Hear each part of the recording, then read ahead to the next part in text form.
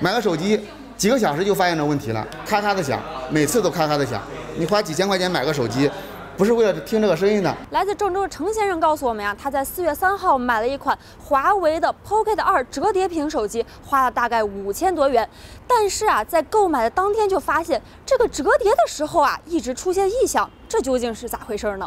我当时拿到手机就几个小时，发现这个响声了，就像这样，咔咔的响。你看，这个。哦，听到了，是有点声音。声音还比较大，如果是比较安静的地方，1米以外都能听得到。售后做了登记，他们登记时间也说了，这个手机的响声特别大，说反馈到他们总部给我一个答复。5号上午，他们那个售后给我联系了，说没有审批下来这个换机，所以说今天早上又接到他们一个售后的电话，说这个手机里边属于机械这个铰链什么东西。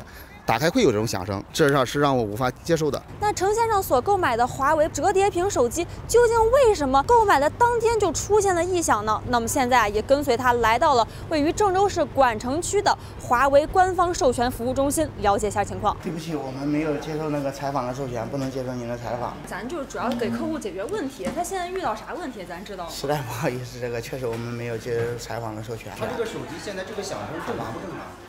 他这个手机，对呀，我用华为产品已经很多年了，但是他们这个售后处理起来，我感觉我们消费者非常的弱势，他们根本都不在乎，他这样让人非常的气愤的。到店来过2次，电话里边沟通过好几次，迟迟就没有结果。那我们现在也随机拿起来店里一个这样的折叠屏手机，我们看看它是不是有声音的。它这个没有声音，你看这个能听得到，什么声音都没有。那你再打开你的视频，你看，很响的。那它这个手机这个异响是不是质量问题？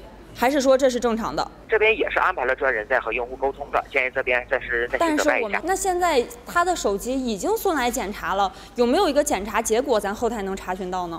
因为咱们是到店检测嘛，咱们现在还没有拿到第一手的一个具体资料哈。那据程先生说，这个4号就已经把这个手机问题给反映上去，为什么说工作人员给他反馈是厂家还是品牌说不符合这个换新标准呢？这个我们也是需要和门店沟通以后才能够确定的。我们到门店说不接受采访，我们给客服打电话，客服说会有专人跟进，但是已经2天了呀。应该是门店还在坚持对这个结果，看到底属不属于一个人为异常，然后这个的话还是需要门店的一个最终检测结果以及反馈结果。就是已经反馈了几次了，你们说尽快，这个尽快的概念是24小时啊，还是3天5天啊，还是半个月啊？到时间你们也说了，7天之内，你到时候你给我拖到半个月以后，到时候这个事儿不是更没法解决吗？这样，先生，这边的话也会帮您优先去建议，最晚72小时内一定会联系您的。那就在今天下午的2点多，华为品牌呢也确实有工作人员来给程先生回电了。它这个传动的过程当中，它里面有这种凸轮等这种零部件，它的确会有这种机械的声音传出来的，尤其像这种折叠屏。假如你买个新手机，同一品牌都是有响声，这都无所谓。